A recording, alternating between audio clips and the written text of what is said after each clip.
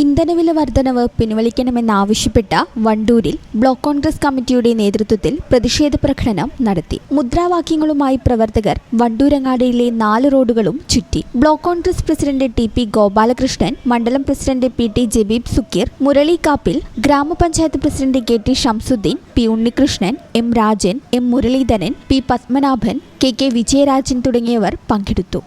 ഈ channel news, Wandoor.